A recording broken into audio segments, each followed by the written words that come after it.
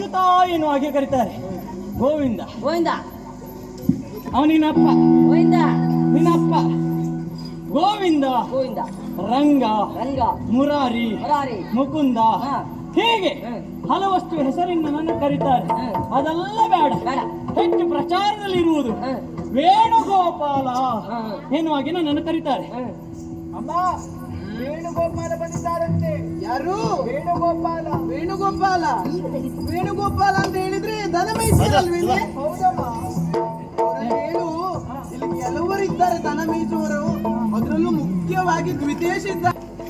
ಅದೇ ಸಮಸ್ಯೆ ಆದದ್ದು. ದನ ಕಾಯೋನಂತ ಅವ್ರು ಹೇಳಿದ್ದೇನು, ವೇಣುಗೋಪಾಲ ಅಂತ ಹೇಳಿದ್ರೆ ದನಕಾಯವರು ಅಚ್ಚುತಾಸರ ಮಾಡಿಯೇ ಬಿಟ್ರು. ನಮ್ಮಲ್ಲಿ ಇರುವ ಬಹಳಷ್ಟು ಮಂದಿ ಇದ್ದಾರೆ, ಹೌದೌದು, ಅವರು ಬೇಡ ಎನ್ನುವಾಗ ಹೇಳಿದ್ರು. ನಿಮ್ ದನ ಹೊಡ್ಕೊಂಡು ಮುಂದೆ ಹೋಗಿ.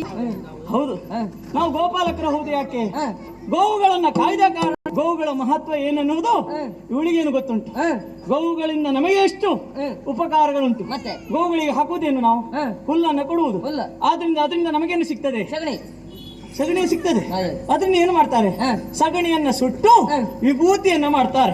ಅಷ್ಟು ಮಾತ್ರವಾ?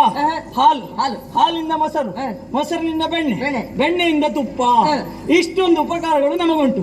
ಅಷ್ಟು ಮಾತ್ರ ಅಲ್ಲ, ಗೋವುಗಳನ್ನ ಈ ಭೂಮಿಯಲ್ಲಿ ಹುಟ್ಟಿದಂತ ಪ್ರತಿಯೊಬ್ಬ ವ್ಯಕ್ತಿಯು ದೇವರು ಎನ್ನುವ ಹಾಗೆ ಪೂಜೆ ಮಾಡ್ತಾರೆ ಅಲ್ವಾ? ಗೋವಿನಲ್ಲಿ ಔಷಧ ಗುಣ ಇದೆ ಅಂತೆ. ಸಂಜೀವಿನಿ ಯಾವುದು ಅಂತ ಕೇಳಿದ್ರೆ ಅದು ಗೋವು ಅಂತೆ.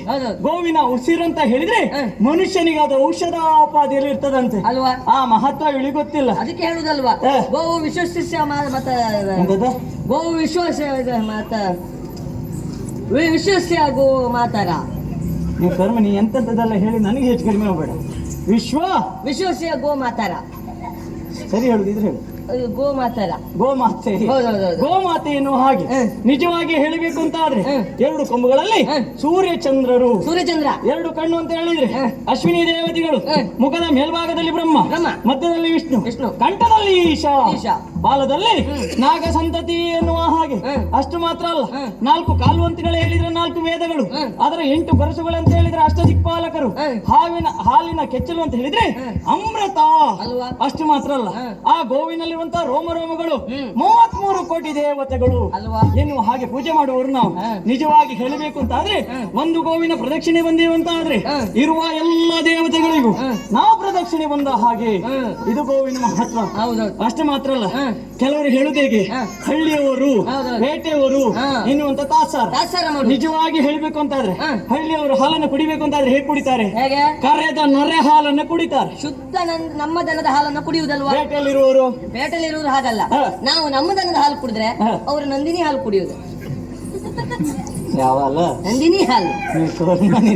ನಮ್ಮ ದನದ ಹಾಲನ್ನ ಕರೆದು ಅಲ್ಲಿ ತಕೊಂಡೋಗಿ ಕೊಟ್ಟ ಮೇಲೆ ಅವ್ರು ಕುಡಿಯುವುದಲ್ವಾ? 4 ದಿನ ಸಂಗ್ರಹ ಮಾಡಿ ಹಾಲನ್ನ ಕುಡಿಯುವುದು.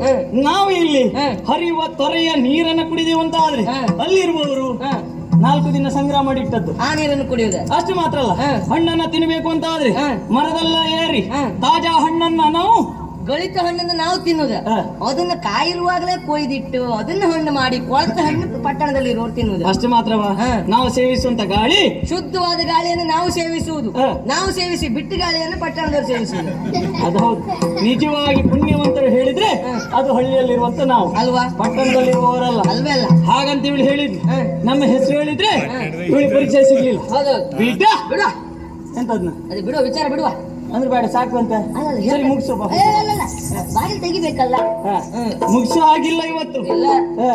ಮುಗಿಸಿದ್ರೆ ಮತ್ತೆ ಕಷ್ಟ ಆದೀತು. ಈಗ ನನ್ನ ಹೆಸರು ಹೇಳಿದಾಗ ಅವಳಿಗೆ ಪರಿಚಯ ಆಗ್ಲಿಲ್ಲ. ಹೆಂಡತಿ ಆದವಳು ಯಾವಾಗ ಮನ ಕರಗ್ತಾಳೆ, ಗಂಡನಾದವ ಸಾಧನೆಯ ಮಾಡಿದ ವಿಚಾರವನ್ನ ಹೇಳಿದಂತ ಆದ್ರೆ ಹೆಂಡತಿ ಆದವಳು ಸಂತೋಷ ಪಡ್ತಾಳೆ. ನಾವು ಎಷ್ಟು ಸಾಧನೆ ಮಾಡ್ಲಿಲ್ಲ ಹೇಳ. ನಿಂದೊಂದು ಸಾಧನೆ ಅಂದ್ರೆ ಭಯಂಕರ ಸಾಧನೆ, ಬಹಳಷ್ಟು ಸಾಧನೆ. ಹಾಗೆ ಹೇಳ್ಬೇಕು. ಹಾಗಂತ ನಾವು ಬಹಳಷ್ಟು ಸಾಧನೆ ಮಾಡಿದ್ದೇವೆ. ಈಗ ಯಾವ ಸಾಧನೆ ಹೇಳುವ? ಯಾವ್ದು ಹೇಳ್ತಿ? ಎತ್ತಿ ಸಾಧನೆ ಹೇಳುವ. ಇಷ್ಟೊತ್ತಿಗೆ ಎತ್ತಿದ ಕಥೆ ಎಲ್ಲ ಬೇಡ. ಅಂದ್ರೆ ಎತ್ತಲಿಕ್ಕೆ ಏನು ಸಿಗ್ಲಿಲ್ಲ ಅಂತ ಹೇಳುದ ನಿನ್ಗೆ? ಹಾಗಲ್ಲ, ಆ ಕಥೆ ಹೇಳಿದ್ರೆ ಈಗ ಪ್ರಯೋಜನಕ್ಕೆ ಬರುವುದಿಲ್ಲ. ಅದಾಗುದಿಲ್ಲ. ಎತ್ತಿದ ಬೇಡ. ಹಾಗಂತ ಇನ್ನೊಂದು ಉಂಟಲ್ಲ, ಮೆಟ್ಟಿದ ಕತೆ. ಮೆಟ್ಟಿದ ಕಥೆ ಅದು ಹೇಳುವ.